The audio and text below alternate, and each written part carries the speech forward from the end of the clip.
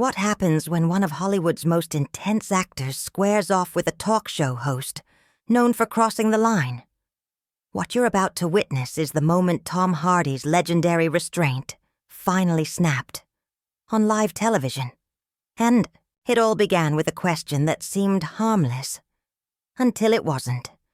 But before we dive into the confrontation that left the entire studio stunned into silence, make sure to subscribe and drop a comment below, because after this, you'll never watch late-night television the same way again.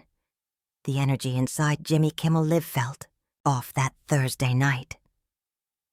Tom Hardy had come to promote his latest film, but something in his body language, tense shoulders, locked jaw, signaled he wasn't here for laughs. Kimmel, either oblivious or deliberately reckless, opened with his usual grin. "So, Tom," he began, "there's been a lot of talk lately about your personal life. Some juicy headlines. Care to set the record straight for us?"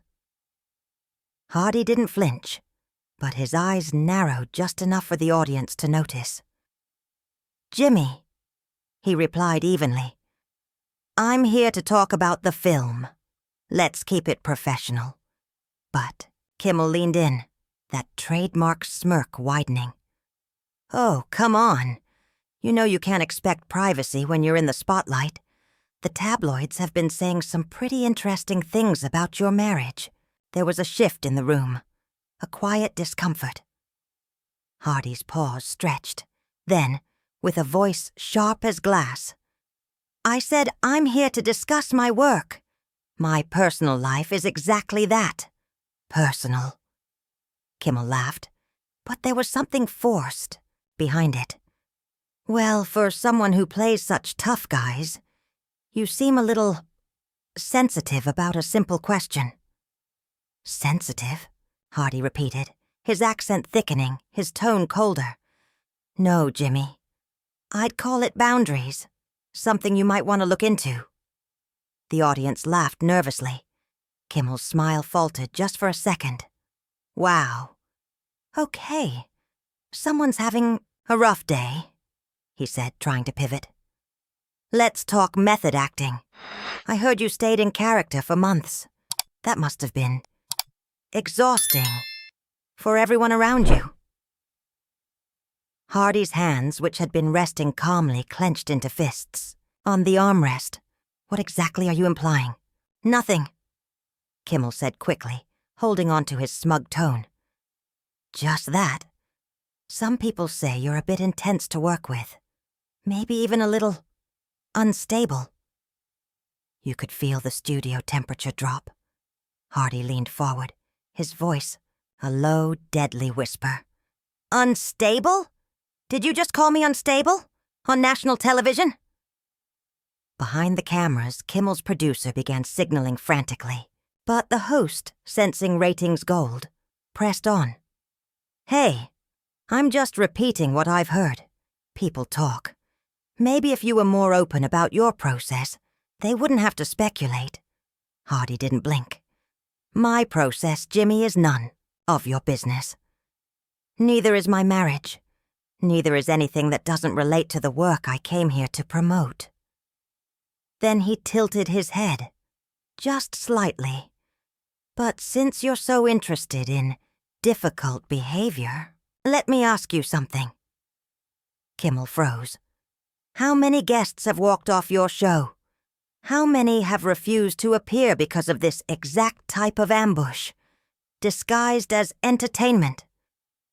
I don't know what you mean," Kimmel said, a weak laugh escaping. "We're just having a conversation." Hardy's voice rose, just a notch, enough to make people in the front row flinch. "You call this a conversation? You've spent 10 minutes trying to bait me into some viral meltdown. You've questioned my professionalism, my mental health, my personal life, all while hiding behind that plastic grin of yours." The audience was dead silent. Only the cameras hummed. Kimmel, for the first time in years, looked rattled. "Tom, I think you might be overreacting a little." "Overreacting?" Hardy stood, and suddenly, he owned the stage. That same intensity that made him terrifying on screen was now trained directly at the host. You want to see overreacting, Jimmy? You want to see the unstable method actor everyone whispers about? Kimmel instinctively leaned back. Tom, let's just take a breath here. No, let's talk about what you do. Night after night, you invite artists here under the pretense of promoting their work, and then you try to humiliate them for cheap laughs. You dig into private lives. You quote rumors like they're gospel. And you act like it's all just fun and games. Kimmel tried to recover, voice rising slightly. Look, it's live TV. Things get a little heated sometimes. There's no need to what? Hardy snapped. And now, everyone was holding their breath. Hardy stood his ground. There's no need to call out a bully when I see one.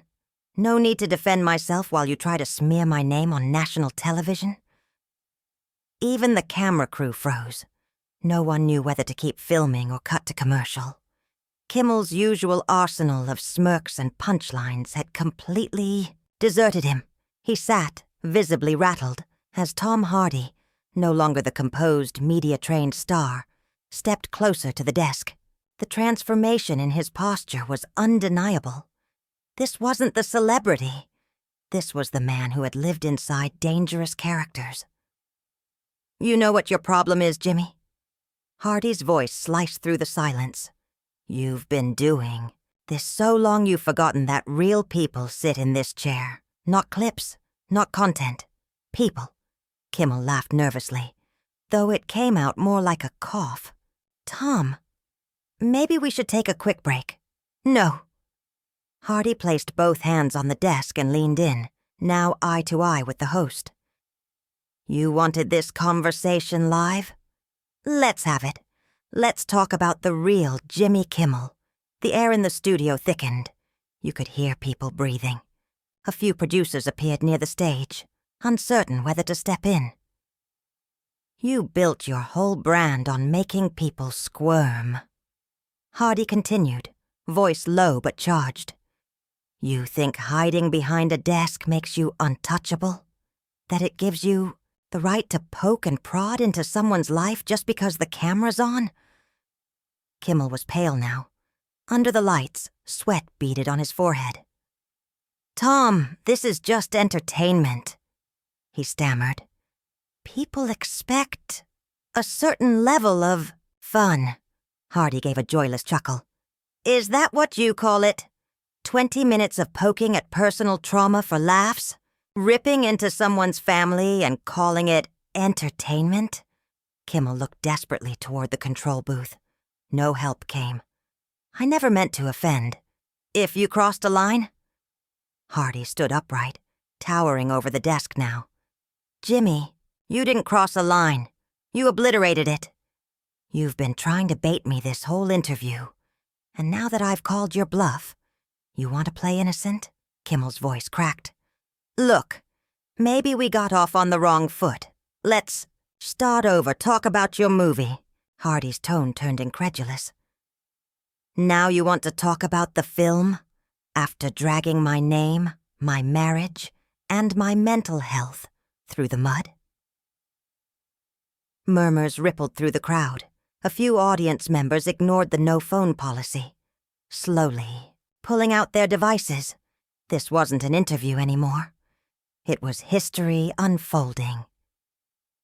You sit behind that desk every night, Hardy continued, beginning to pace slowly in front of Kimmel, like a lion in a cage. And you think that makes you safe, like being the host gives you the right to say anything to anyone, because it's your stage, your territory. He stopped pacing and turned, his eyes locked onto Kimmel's, unflinching. Let me tell you something about territory, Jimmy. I've played soldiers, killers, survivors, men who've walked through hell, and every one of those roles taught me something about standing up to people like you. Kimmel was visibly trembling now. The swagger was gone. Tom, please. Let's just what? Hardy snapped. Pretend it didn't happen. Cut to the band. Move on to the next guest so you can humiliate them? His voice rose, booming through the studio. How many actors have walked off this stage feeling worse than when they came in? How many have gone home and had to explain to their kids why some talk show host was spreading garbage about them in front of millions? Kimmel made one last attempt at control. This is my show, Tom. I think maybe it's time for you to... Hardy's laugh this time was cold. Your show? That gives you the right to treat people like garbage? You invite them here, then try to break them for ratings. Then, bam. Hardy slammed his hand on the desk. The sound echoed. Kimmel recoiled. Several in the audience gasped. Let me tell you what your show really is, Jimmy. A stage for a mediocre comedian to feel powerful by tearing down people who've actually done something worth talking about. The word hit like a punch. Talented. It landed harder than anything Hardy had said before. Kimmel's face flushed deep red, his hands trembling as he gripped the desk. You want to talk about method acting, Jimmy?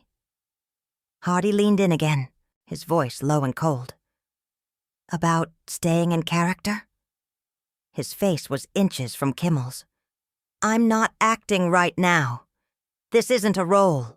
This is me, Tom Hardy, telling you exactly what I think of you and your pathetic excuse for Alfour. Talk show, Kimmel's voice was barely audible. Security, I think we need security. Hardy straightened with a bitter smirk. Security? Because your guest told the truth? Because he didn't play along with your little circus? The studio was silent. Even the cameras had stopped moving, frozen on the moment. Here's what's going to happen, Jimmy, Hardy said, his voice dropping into a whisper sharp enough to cut glass. I'm going to finish what I came here to say. And you're going to sit there and listen. Because for once, you're going to face the consequences of your own damn actions. Deliberately, he began to unclip his mic. Then I'm walking, off this stage, and you can explain to your audience, and your network, why one of Hollywood's biggest stars just dismantled you on live television. Kimmel scrambled for some kind of leverage. Tom, we can edit this. We can cut it. Hardy's voice exploded. You think this is going away? You think you can just cut this out like it never happened? He jabbed a finger toward the audience. This is live, Jimmy. Millions of people just watched you get exposed for exactly who you are. The silence that followed was suffocating. Everyone in the studio knew this moment would be remembered. Kimmel sat frozen, his face twisted with a mix of humiliation and dread. Hardy loomed over him like a final verdict. You know what the real tragedy is? Hardy said, now calm, his voice icy. You actually had talent once. Years ago. Before the power went to your head. Before you figured out that humiliating people was easier than actually being funny. Kimmel's mouth opened, then closed again. He looked like a man trying to breathe underwater. No jokes left. No lifelines. I did my homework, Hardy continued. Before I agreed to come on this show, I watched hours of your interviews. You treat people differently. The A-listers? The ones who could ruin your career with a phone call? You kiss their asses. Laugh too loud at their bad jokes. Play the charming host. He began pacing again, controlled now. Predatory. But the unknowns? The actors trying to break through? The ones who need this stage more than you do? Hardy turned, voice sharp. You go after them. You try to break them for ratings, for cheap laughs, because it makes you feel like a king behind a desk. In the audience, phones were now up everywhere. The no-recording policy had officially collapsed. Producers stood helpless on the sidelines. And here's the worst part, Hardy said, stepping forward again, looming over the desk. "You've made this cruelty fashionable. You've taught an entire generation of late-night wannabes that being a bully is just part of the brand." Kimmel finally found his voice, a rasping croak. "Tom, I never meant for any of this to..." "To what?" Hardy snapped. "To hurt people? To humiliate them? To make them afraid to sit in this chair?" His tone cut like a scalpel. "You never meant to, but you did it anyway, over and over, because it got you laughs, got you views, made you feel untouchable." Kimmel rose slowly from his seat, perhaps hoping to regain some sense of control, but it was far too late. But Hardy's presence alone seemed to glue Kimmel to his chair. "Please," he stammered. "Can we just sit down, Jimmy?" Hardy's voice held such quiet command that Kimmel sank back into his seat without another word. "I'm not finished." The audience was transfixed. No laughter, no rustling, not even a cough. They weren't watching a talk show anymore. This had become a reckoning. "You know what really pisses me off?" Hardy said, his voice now a razor-sharp whisper. "It's not just that you tried to humiliate me tonight. It's that you make a habit of doing this to people who can't fight back. Young actors, people desperate for a break. They sit here and smile while you mock them. For sport." He suddenly grabbed the guest chair and swiveled it toward the audience. "Ladies and gentlemen," Hardy said, voice rising. "Tonight you watched a talk show host try to tear someone down on live television. And when that someone pushed back, you saw him crumble. That's who he really is." The room was silent. Uncertain whether to applaud or recoil, many stared in disbelief, as stunned as the host himself. "This man," Hardy gestured toward Kimmel without even glancing at him, "makes millions sitting behind that desk, profiting off other people's pain. He's been doing it so long, he forgot there might be consequences." Kimmel, red-faced and rattled, made one final attempt at control. "Security! Please escort Mr. Hardy." Hardy turned, a cold smile on his lips. "You're calling security. Because I told the truth?" He laughed bitterly. "Because I didn't play along with your little puppet show?" Kimmel's voice wavered. "This is my show, and I'm asking you to leave." Hardy's tone turned deadly calm. "Yeah, Jimmy, it is your show, and after tonight, everyone will know exactly what kind of show you run here." He began unclipping his mic with slow, theatrical precision. "You know the beautiful thing about live TV?" he asked, placing the mic carefully on Kimmel's desk. "You can't take any of it back. Every word, every second of your cowardice. It's all out there now." Kimmel glanced helplessly at his producers. They had no answers, no playbook for this. "And here's what happens next," Hardy said. "I walk off this stage, and you get to explain to your audience why one of Hollywood's most respected actors just called you a fraud, a bully, and a coward. On your own set." He stepped away from the desk. For the first time, Kimmel seemed to find his voice. "This is unprofessional, Tom. You've embarrassed yourself tonight." Hardy stopped, laughed, cold and sharp. "I embarrassed myself? No, Jimmy. I stood up to a bully, and if that's embarrassing, I'll wear it like armor." He turned to the audience, his voice booming with theatrical command. "You all came for late-night laughs, but what you got was a moment of truth.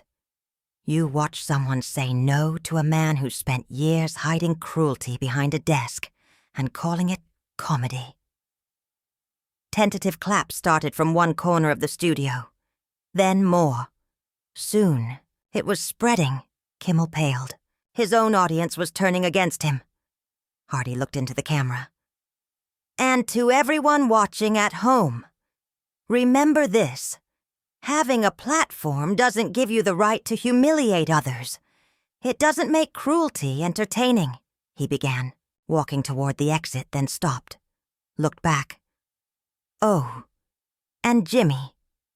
Next time you're tempted to dig into someone's personal life, their relationships, their mental health, ask yourself if you'd want someone doing that to your own family. Kimmel tried one final, desperate line. You're making a mistake, Tom. This will follow you for the rest of your career. Hardy turned, his silhouette framed by the stage. Lights. No, Jimmy. This will follow you. I'll be fine. I'm an actor. People remember my work. But you'll be remembered as the talk show host who got torn apart on live TV by the guest he tried to embarrass. And with that, Tom. Hardy walked off stage, leaving Jimmy Kimmel alone. The audience murmured. The cameras kept rolling. Kimmel sat frozen, mouth opening and closing, desperately trying to summon something, anything, to recover the moment. There were no words, no punchline, no cut to commercial that could erase what had just happened. Finally, in a voice barely audible, he turned to the camera. We'll be right back, after this break. But everyone in that room, and everyone watching at home, knew nothing would ever be the same again.